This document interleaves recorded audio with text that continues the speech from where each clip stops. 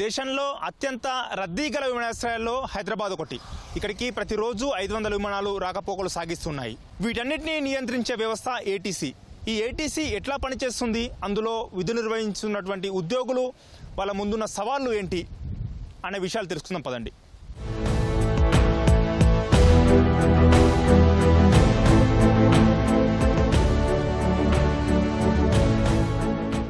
ATC, air traffic control. ఇప్పుడు మనం ఉన్నాం హైదరాబాద్ శంషాబాద్ ఎయిర్పోర్ట్లోని ఏటీసీ కేంద్రంలో ఉన్నాం. ఇక్కడి నుంచే విమానాలన్నీ హైదరాబాద్కు శంషాబాద్కు వస్తున్నటువంటి విమానాలన్నీ ఇక్కడి నుంచే కంట్రోల్ చేస్తూ ఉంటారు. ల్యాండింగ్ అయినా టేకాఫ్ అయినా ఇక్కడి నుంచే ఈ సెంటర్ నుంచే, మనం ఇప్పుడు చూస్తున్నటువంటి ఈ సెంటర్ నుంచే కంట్రోల్ చేస్తుంటారు. ప్రతి ఒక్క విమానం కూడా ఆ పైలట్తో అనుసంధానమై ఇక్కడ ఉన్న ఏటీసీ ఎంప్లాయీస్ వారితో అనుసంధానం అయిన తర్వాత ఇక్కడ ఉన్నటువంటి వెదర్ కండిషన్ బట్టి వాళ్ళు ఇక్కడ టేకాఫ్ కావడానికి కానీ ల్యాండింగ్ కావడానికి కానీ ఇక్కడ నుంచే వాళ్ళకు ఇన్స్ట్రక్షన్స్, పైలట్స్ అందరికీ కూడా ఇన్స్ట్రక్షన్స్ వెళ్తుంటాయి. మనం చూడొచ్చు, ఇప్పుడు విజువల్స్లో కూడా చూడొచ్చు. హైదరాబాద్ ఏటీసీ సెంటర్, మనం ఇప్పుడు ఇది 22 ఫ్లోర్ శంషాబాద్ ఎయిర్పోర్ట్లో 22 ఫ్లోర్లో ఉంటుంది. ఇక్కడి నుంచి వ్యూ అంతా కూడా హైదరాబాద్ ఎయిర్పోర్ట్లో ఉన్నటువంటి రన్వే కావచ్చు, అట్లాగే పార్కింగ్ ప్లేస్ కావచ్చు, రన్వే నుంచి పార్కింగ్ ప్లేస్కు తీసుకెళ్లడం, ఎలా పార్కింగ్ ప్లేస్ నుంచి రన్వేకు తీసుకెళ్లడం, ప్రతి ఒక్కటి కూడా ఇక్కడ నుంచి విజువలైజేషన్ కూడా చాలా ఈజీ ఆర్డర్లు కూడా ఇక్కడ అవకాశం ఉంటుంది. ఇక్కడ నుంచి కూడా ఇన్స్ట్రక్షన్స్ ఇస్తూ ఉంటారు. అయితే ఇక్కడ ఈ ఏటీసీ అనేది ఎట్లా వర్క్ చేస్తుంది అనే విషయాలు తెలుసుకుందాం. ఇక్కడ సూపర్వైజర్ రాహుల్ గారు ఉన్నారు. సార్ చెప్పండి, అసలు హైదరాబాద్లో ఉన్నటువంటి ఈ ఏటీసీ ఎట్లా వర్క్ చేస్తుంటుంది? బేసిక్గా ఎయిర్ ట్రాఫిక్ కంట్రోల్ అన్నది కొంచెం కాంప్లెక్స్ జాబ్. ఇది మిగతా జాబ్స్ కన్నా సెపరేషన్ ఒకటి ఉంటుంది. ఇంకోటి ఏంటంటే డిలేస్ ఉండకుండా చూస్తామన్నమాట. Safety is more important. Safety చాలా చాలా ఇంపార్టెంట్ మీ దీంట్లో.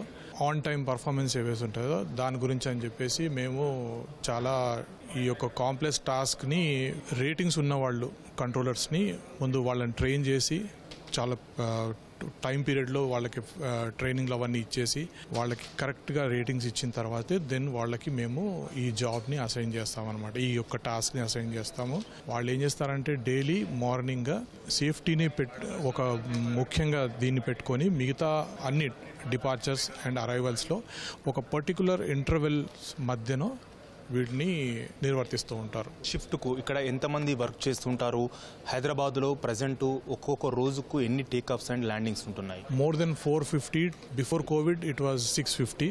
నౌ ఇప్పుడు వచ్చేసి 500 మూమెంట్స్ వరకు వచ్చేసాయి.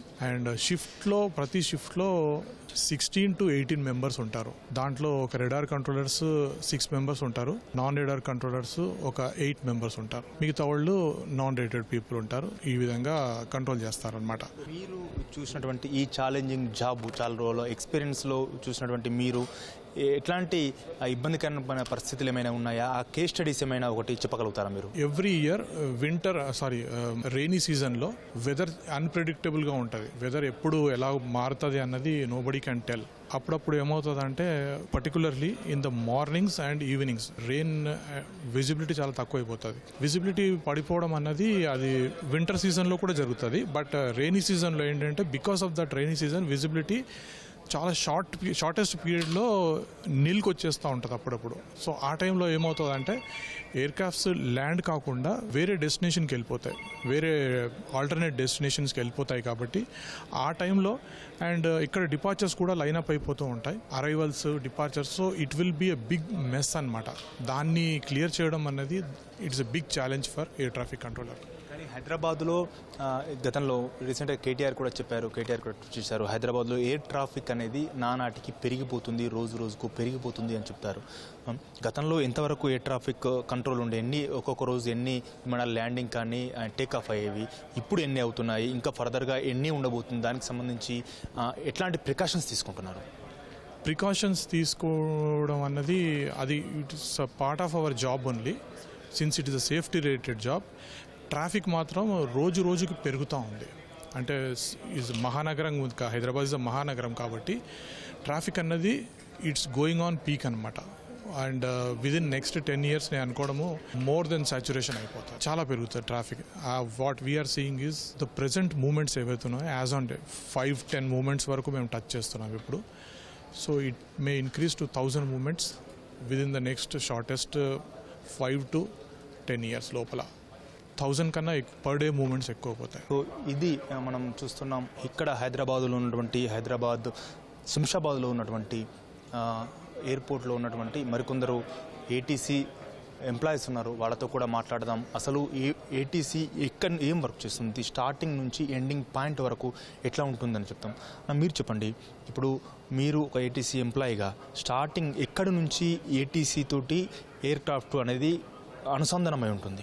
యాజ్ ఏ ఏటీసీ మాకు కొన్ని లక్ష్యాలు నిర్దేశించబడ్డాయి. ఆ లక్ష్యాల్లో మెయిన్ లక్ష్యం ఏంటంటే విమానంలోని ప్రయాణికులు సురక్షితంగా వాళ్ళ గమ్యానికి త్వరితగతిగా క్రమ పద్ధతిలో వెళ్ళడానికి మేము దోహదపడతాం యాజ్ అన్ ఏటీసీ. ఇవి మా మెయిన్ లక్ష్యాలు. అంటే ఒక్కొక్క ఎయిర్ క్రాఫ్ట్ స్టార్ట్ అయిన నుంచి అయితే ఇంజన్ స్టార్ట్ చేసినప్పటి నుంచి అది ఎట్టెట్లా మీతో వర్క్ చేస్తుంటుంది? ఇప్పుడు మనం చూస్తున్నాం, ఇక్కడ మీరు ప్రత్యక్షంగా ఏమైనా చూపించే అవకాశం ఉంటుందా? మీరైతే ఎక్స్పీరియన్స్ చూస్తున్నారు డైలీ, సో డైరెక్ట్గా ఏమైనా చూపించే అవకాశం ఉందా? ఏదైనా విమానం ఒక గమ్యం నుండి అంటే ఒక స్థానం నుండి తన గమ్యాన్ని చేరుకోవాలంటే విమానం ముందు ఇంజన్ స్టార్ట్ చేయాల్సి వస్తుంది. ఆ ఇంజన్లు స్టార్ట్ అయినప్పటి నుండి ఇంజన్లు ఆఫ్ అయ్యే వరకు మా కంట్రోల్లోనే ఉంటుంది. సో మెయిన్ థింగ్ ఏటీసీలో ఏంటంటే 3: ఒకటి కంట్రోల్, ఒకటి ఇన్ఫర్మేషన్, మూడోది అలర్టింగ్. ఈ 3 అనేవి ఎయిర్ ట్రాఫిక్ సర్వీసెస్ కిందికి వస్తాయి. సో ఈ 3ంటిని మేము చేస్తాం. ఇందులో ఫస్ట్ది ఏంటంటే కంట్రోల్ అనేది విమానం ఇంజన్ స్టార్ట్ అయినప్పటి నుండి మీరు ఇప్పుడు చూస్తున్నారు, ఈ విమానం పార్క్ అయి ఉంది. పార్క్ అయిన విమానము యాక్చువల్గా వెనక్కి వెళ్ళి పుష్ బ్యాక్ అయ్యి దాన్ని స్టార్టప్ కోసము నిర్దేశించిన కక్షలో అది ఉంటుంది. ఉన్న తర్వాత స్టార్టప్ అవుతుంది. ఇంజన్ ఓన్ పవర్ మీద స్టార్టప్ అయ్యి ఎప్పుడైతే స్టార్టప్ అయ్యి అది కదులుతుందో అక్కడి నుండి మా కంట్రోల్ అనేది స్టార్ట్ అవుతుంది.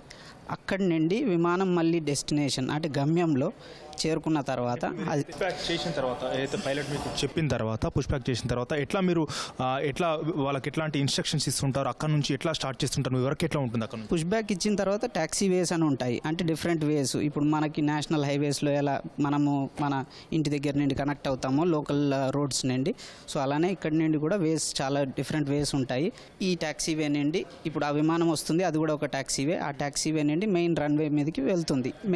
దానికి మేము ఇన్స్ట్రక్షన్స్ ఇస్తాం, కంట్రోల్ ఇన్స్ట్రక్షన్స్ ఎలా వెళ్ళాలి, ఏ డైరెక్షన్లో తిరగాలి, ఏ ట్యాక్సీవే జాయిన్ అవ్వాలి, 2 విమానాలు గుద్దుకోకుండా వాటిని కంట్రోల్లో ఉంచి రన్వే వరకు తీసుకెళ్తాము. రన్వే వరకు తీసుకెళ్ళిన తర్వాత ఈ విమానం రన్వే పైన ఎప్పుడైనా ఒకటే కంట్రోల్లో ఉంటుంది. సో విమానంని అక్కడి నుండి టేక్ ఆఫ్ ఇవ్వడం జరుగుతుంది. అది వేరే పొజిషన్ నుండి ఇస్తారు. టేక్ ఆఫ్ ఇచ్చిన తర్వాత దాని గమ్యానికి చేరుకోవడానికి విమానం గాల్లోకి ఎగిరిన తర్వాత అదొక నిర్దేశించిన దానికి అంటే విమానానికి కావాల్సిన ఏదైతే లెవెల్ ఉంటుందో ఆ లెవెల్ని అది రీచ్ అవ్వాలి. అది రీచ్ అవ్వడానికి వచ్చే విమానం దిగడానికి ఈ 2 అవ్వడానికి మాకు కొన్ని సపరేషన్స్ అంటూ ఉంటాయి. ఆ సపరేషన్స్ని ఫాలో అవుతూ మేమేం చేస్తామంటే వాటిని సపరేట్ చేస్తూ దీనికి క్లైంబ్ ఇస్తాం, దానికి డిసెండ్ ఇస్తాం. సో దట్ గమ్యంలో ఇది ల్యాండ్ అవ్వగలుగుతుంది, ఇది గమ్యానికి చేరుకోగలుగుతుంది.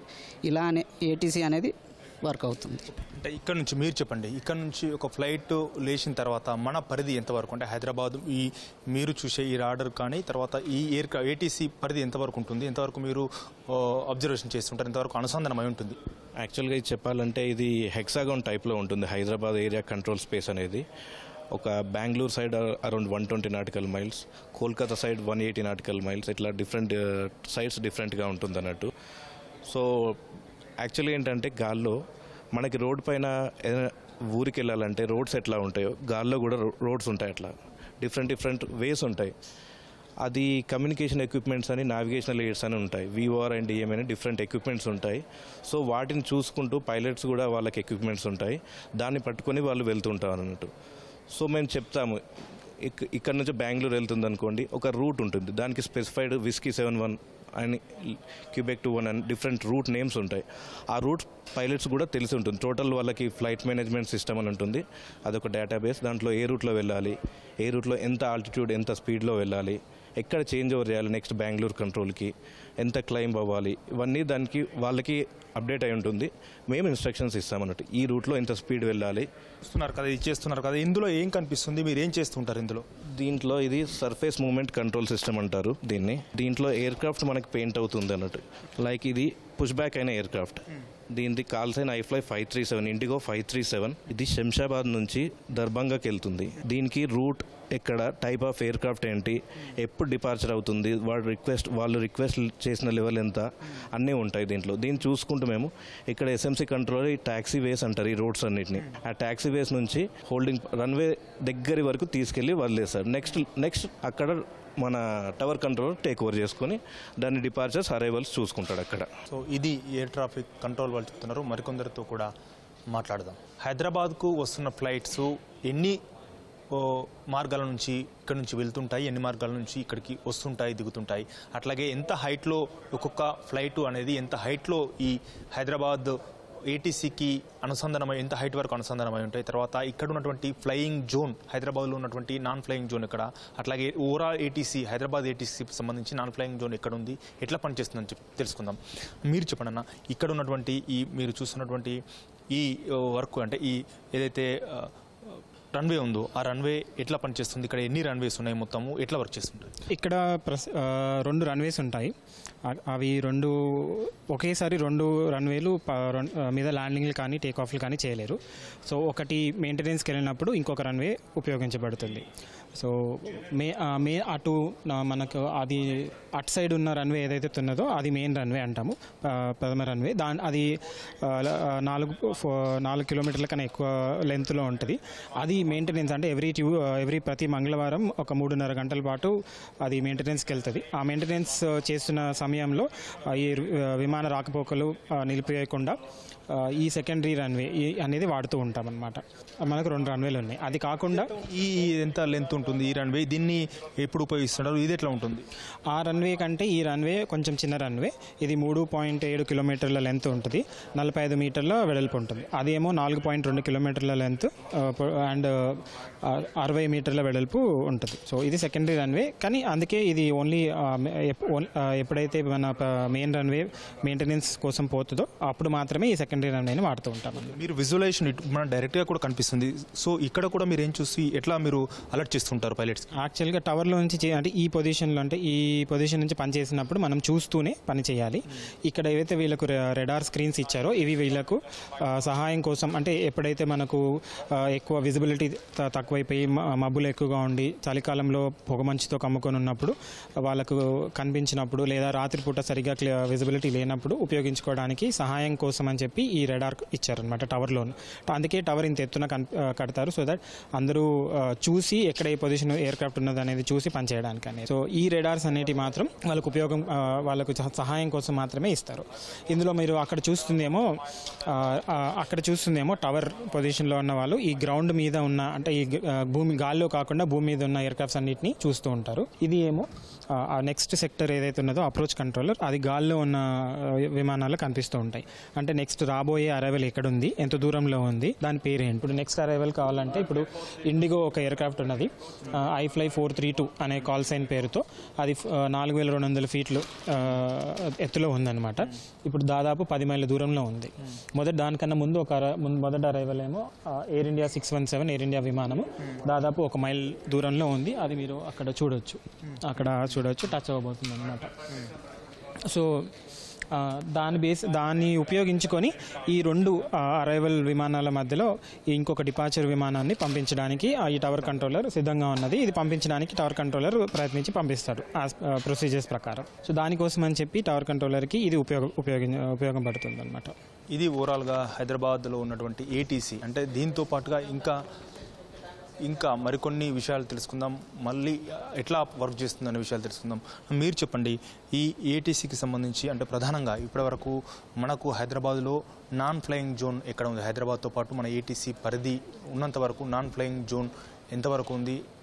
అక్కడ నుంచి ఎటు మళ్ళిస్తుంటారు? మనకు హైదరాబాద్ నగరానికి నార్త్ డైరెక్షన్లో ఏంటంటే మనకు ఎయిర్ ఫోర్స్ ఏరియాస్ ఉన్నాయి. సో మన ఏ ఫ్లైట్నైనా వెళ్ళేటప్పుడు దాన్ని ఎయిర్ ఫోర్స్ ఏరియాస్ నుంచి పంపించకూడదు.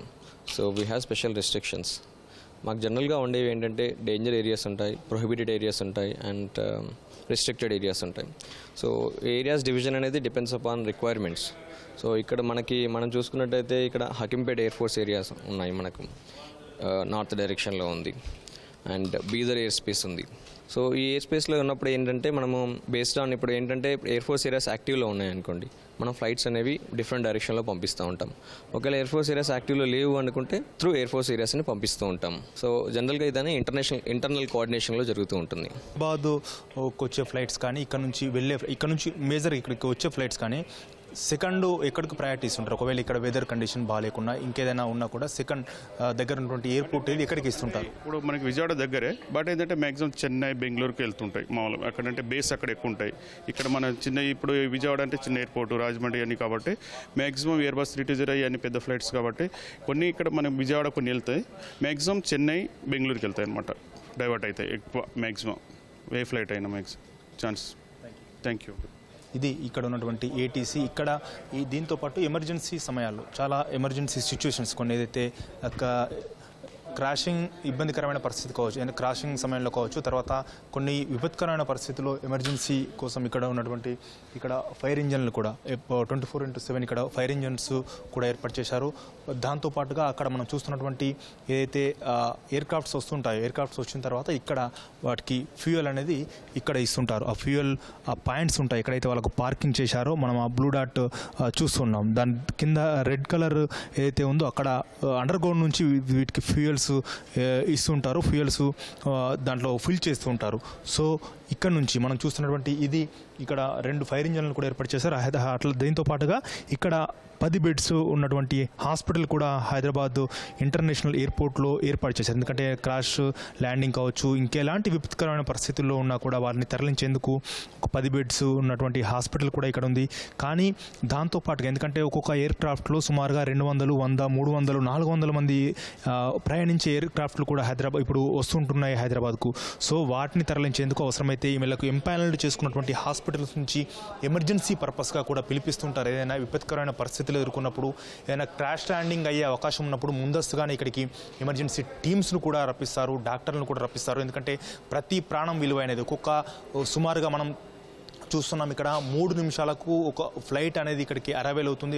అట్లాగే ఇక్కడ నుంచి టేకఫ్ అవుతుంది. సో ఎంత ట్రాఫిక్ అనేది చాలా పెరిగిపోయింది. రానున్న రోజుల్లో ఇంకా కూడా ఎయిర్ ట్రాఫిక్ హైదరాబాద్ శంషాబాద్ ఎయిర్పోర్ట్లో ఇంకా ఎయిర్ ట్రాఫిక్ పెరిగే అవకాశం స్పష్టంగా ఉందని చెప్పి మనకు ఉన్నతాధికారులు కూడా స్పష్టం చేస్తున్నారు. అయితే ఈ ఏటీసీ అంటే ఫ్లై అయిన తర్వాత రాడర్లోకి అనుసంధానం అవుతుంది. ఆ రాడర్ సుమారుగా 46,000 ఫీట్స్ వరకు ఆ రాడర్ అనేది అనుసంధానం ఉంటుంది. ఆ రాడర్ ఎట్లా పనిచేస్తుంటుంది, ఆ రాడర్ను ఎట్లా అబ్జర్వేషన్ చేస్తుంటారు అనే విషయాలు మనం ఒకసారి రాడర్ సెంటర్కు వెళ్ళి తెలుసుకుందాం. ఒక ఎయిర్ క్రాఫ్ట్ డిపార్చర్ అయినా అరైవల్స్ అయినా మొదటగా ఏటీసీ నుంచి ఉంటుంది. ఏటీసీ నుంచి అరైవల్ అయిన తర్వాత అట్లాగే డిపార్చర్ ఇక్కడ నుంచి డిపార్చర్ అయిన తర్వాత ఏటీసీ నుంచి అంటే కొంతవరకు హైట్ వెళ్ళిన తర్వాత ఏటీసీ నుంచి అది రాడార్కు అనుసంధానం అవుతుంది. ఇప్పుడు మనం ఏటీసీ నుంచి రాడార్ సెంటర్లోకి వచ్చాం. ఈ రాడార్ సెంటర్లో ఏమేమి వర్క్స్ ఉంటాయి, ఈ రాడార్ సెంటర్లో అసలు ఎట్లా వర్క్ చేస్తున్నారు, ఒకసారి ఏటీసీ నుంచి రాడార్ సెంటర్కి ఒక ఎయిర్ క్రాఫ్ట్ ఇన్ఫర్మేషన్ వచ్చిన తర్వాత అది ఎంతవరకు రాడార్ సెంటర్ నుంచి ఇంకో రాడార్ సెంటర్కు అనుసంధానం అయ్యేంత వరకు ఎంతవరకు ఉంటుంది, రాడార్ సెంటర్లో ఎట్లాంటి వర్క్ ఉంటుంది అనే విషయాలు తెలుసుకున్నాం. మనతో పాటుగా మాట్లాడడానికి radar centre ATC centre joint general manager Varadaraj అన్నారు. సార్ చెప్పండి, ఇప్పుడు ఇక్కడ రాడార్ సెంటర్లో ఎట్లా ఉంటుంది, ఎట్లా వర్క్ చేస్తుంటారు ఇక్కడ? రాడార్ సెంటర్లో మెయిన్గా మనం చూస్తాము, దేనికైనా కానీ ఎయిర్ క్రాఫ్ట్ ఒకదానికొకటి గుద్దుకోకుండా ఉండదని ట్రై చేస్తాం. That is main principle. That is prevent collisions between aircraft. ఇది ఎట్లా చేస్తామనేది ఇన్ డీటెయిల్ పోతే చాలా కష్టము. సింపుల్గా చెప్పాలంటే లాటరల్ సపరేషన్ అన్న ప్రొవైడ్ చేస్తాం. అంటే ఆ పక్క ఈ పక్క ఎయిర్ క్రాఫ్ట్లు పెట్టి ఇట్లైనా చేస్తాము, లేదా ఒకదానికొకటి పైన పెట్టి అట్లైనా చేస్తాము, లేదా ఒకదానికొకటి ముందు ఒకటి వెనకలో ఒకటి పెట్టి ఈ 3 విధాలుగా మెయిన్లీ సపరేట్ చేయడం అనేది ఉంటుంది. అది మెయిన్ ఇక్కడ చేస్తాం. ఏ ఎయిర్ క్రాఫ్ట్ అయినా కానీ మాకంటూ హైదరాబాద్ కంటూ ఒక ఏరియా, ఒక లాటరల్ లిమిట్స్ ఉంటాయి, వర్టికల్ లిమిట్స్ ఉంటాయి. లాటరల్ లిమిట్స్ అంటే వృత్తాకారంలో కానీ లేదా డయాగనల్ ఒక పెరిఫరీ టైప్లో ఉంటుందన్నమాట. అట్లా ఉండేది లాటరల్. వర్టికల్ అనేది మీకు తెలుసు, ఒకదానిపైన ఒకటి వస్తాయి. సో ఎయిర్ క్రాఫ్ట్లు అన్నీ మా కాంట్రాక్ట్లో వచ్చిన ఎయిర్ క్రాఫ్ట్ని ఒకదానికొకటి గుద్దుకోకుండా కంట్రోల్ చేయడం అనేది మా రెస్పాన్సిబిలిటీ. ఇక్కడ ఏరియా కంట్రోల్ సెంటర్లో మేము మెయిన్గా రేడార్లను ఉపయోగించి సర్వీస్ ప్రొవైడ్ చేస్తాం, air traffic control service. So ఈ ఎయిర్ ట్రాఫిక్ కంట్రోల్ సర్వీస్లో there are approach control service, aerodrome control service, approach control service and area control service అనేది మెయిన్ 3. సో ఇవన్నీ కూడా area control service, approach control service మాత్రము radar ఉపయోగించి చేస్తాము. పైన కూడా ఏరోడ్రోమ్ కంట్రోల్ సర్వీస్ ఉంటుంది, కానీ ఇప్పుడు మాత్రం అయితే రేడార్ సర్వీస్ అక్కడ ప్రొవైడ్ చేయడం లేదు. అక్కడ ప్రొసీజర్ కానీ ఒక స్క్రీన్ చూసా ప్రొవైడ్ చేస్తాం. సో మీరు ఇక్కడికి వస్తే అప్రోచ్ కంట్రోల్ సర్వీస్ చేసే రెడార్. ఇక్కడ ఏం చేస్తంటే ఎయిర్ క్రాఫ్ట్లని ఒక హైట్ తర్వాత అక్కడి నుంచి ఇక్కడికి వస్తాయి. అంటే అది area ARSR radar, air route surveillance radar. ఇది approach surveillance radar. Air route surveillance radar నుంచి ఎయిర్ క్రాఫ్ట్ ఇక్కడికి వస్తాయి. ఇది అప్రోచ్ సర్వీలెన్స్ రెడార్. ఇక్కడ ఏం చేస్తారంటే అరైవల్నన్నింటినీ ఒకదానొకటే వెనకలు కానీ పక్కన కానీ పెట్టుకుంటా ఒక 2 అరైవల్ ఉంటే దానికి మధ్యలో ఏమైనా డిపార్చర్ ఉండాలంటే ఒక విధమైన సపరేషన్, 2 అరైవల్ ఉండి మధ్యలో డిపార్చర్ లేదంటే ఇంకో రకమైన సపరేషన్ ప్రొవైడ్ చేసేది ఇది అప్రోచ్ సర్వీలెన్స్ రెడార్. మరి కొందరితో మాట్లాడదాం. మీరు చెప్పండి, అంటే ఈ ఎయిర్ క్రాఫ్ట్స్ విషయంలో ఈ రాడార్స్ కొన్ని సందర్భంలో రాడార్స్ ఫెయిల్ అవుతూ ఉంటాయి. సో అట్లాంటి సమయంలో ఎట్లా ఇబ్బందులు ఉంటాయి? ఆ సమయంలో మీరు ఎట్లాంటి ప్రికాషన్స్ తీసుకొని ఒక ఎయిర్ క్రాఫ్ట్ను సేఫ్గా మీరు దింపడానికి ట్రై చేస్తారు? యాక్చువల్లీ బేసిక్గా చూసుకున్నట్లయితే మేము ప్రొసీజరల్ కంట్రోలర్స్ అంటాం. అంటే కొంతమంది ప్రొసీజరల్ కంట్రోలర్స్ ఉంటారు, కొందరు అలాగే రెడార్ కంట్రోలర్స్ ఉంటారు. ప్రొసీజరల్ కంట్రోలింగ్ అన్నది బేసిక్ కంట్రోలింగ్. సో ప్రొసీజరల్ అనగానే ఎయిర్క్రాఫ్ట్ తాలూకా ఎస్టిమేట్, అంటే ఎంత టైంకి వస్తుంది, ఎంత హైట్లో ఉంది, ఇవన్నీ మేము పట్టీల మీద రాసుకుంటాం. అవి మాకు స్ట్రిప్ బోర్డ్లో మాకు కనిపిస్తాయి. సో అది మీరు చూడొచ్చు ఇక్కడ. ఫర్ ఎగ్జాంపుల్ ఎల్లో కలర్లో ఉన్న స్ట్రిప్స్ ఏంటంటే మనకి అరైవల్స్, బేసిక్గా స్ట్రిప్స్ ఏంటంటే మనకి డిపార్చర్స్. సో ఈ ఎల్లో స్ట్రిప్స్ అంటే ఇది చూసారు కదా, ఇది ఏంటంటే దీని హైట్ చూపిస్తుంది మనకి. ఇది అలాగే మన 300 అన్నది ఇది హైట్. బేసిక్ ఏంటంటే ఇందులో మేము బేసిక్ డీటెయిల్స్ అన్ని నోట్ చేసుకుంటాము. And after that air craft ఏమైనా రిపోర్ట్ చేస్తే, లైక్ మేము ఇంత లెవెల్ పాస్ చేస్తున్నాము, లేదంటే పలానా పాయింట్, అంటే మనకి ఎయిర్ స్పేస్లో కూడా ఫ్యూ పాయింట్స్ ఆర్ డిఫైన్డ్, అంటే few reporting points are defined. So ఆ పాయింట్స్ అన్ని మేము ఒకటొకటిగా, అంటే ఎయిర్ క్రాఫ్ట్ ఒక పాయింట్ పాస్ అయిన వెంటనే okay it has pass this point అని చెప్పేసి దానికి టిక్ పెట్టుకుంటాం. అలాగే ఒక్కొక్క పాయింట్ని మేము చెకింగ్ చేసుకోవటం అనమాట.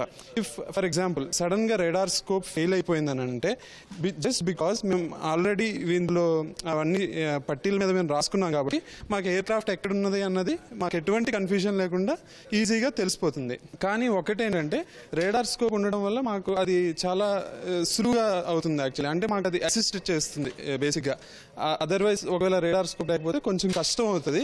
కానీ బట్ మాకు ఇచ్చిన ట్రైనింగ్ బట్టి మేము అది చేయడానికి అంటే సమర్థులం యాక్చువల్లీ. పెట్టుకొని ఉంటాము. సో పైలట్ అనేవాడు కాంటాక్ట్లోకి రాగానే ఫస్ట్ ఈ ప్రాంతానికి ఒక గొంతు అనేది మాదే. సో ఫస్ట్ వాళ్ళు పైలట్లు మాట్లాడేది వాళ్ళు ఫస్ట్ వచ్చేది మా దగ్గరికి. సో అది మేము ఏంటి అనేది కనుక్కుంటాము. కొన్నిసార్లు ఏమవుతుందంటే ఉన్న ఒక ప్రయాణికుడికి ఏదైనా హార్ట్ ప్రాబ్లం రావడం కానీ, లేదా సడన్గా కళ్ళు తిరగడం అలాంటివి జరుగుతాయి. సో అలాంటి టైంలో పైలట్ ముందుగా మాకు చెప్తారు. మేము అది ఏఓసిసి అని ఉంటుంది ఇక్కడ. సో వాళ్ళతో కోఆర్డినేట్ చేసి ముందుగా అక్కడ ఒక అంబులెన్స్ ఏదైనా అవసరం ఉన్నా అలా పెట్టడం కానీ, లేదా ఏదైనా డాక్టర్ని రెడీగా ఉంచడము అలా చేస్తూ ఉంటాము. సో ఇలాంటివి అప్పుడప్పుడు జరుగుతూనే ఉంటాయి. కొన్ని ప్రయారిటీ అడుగుతారు. సడన్గా గాల్లో ఎగిరిన తర్వాత సడన్గా ఏదైనా జరగచ్చు పేషెంట్కి. సో అలా జరిగినప్పుడు వాళ్ళు చెప్పగానే మేము వెంటనే యాక్షన్ తీసుకుంటాము.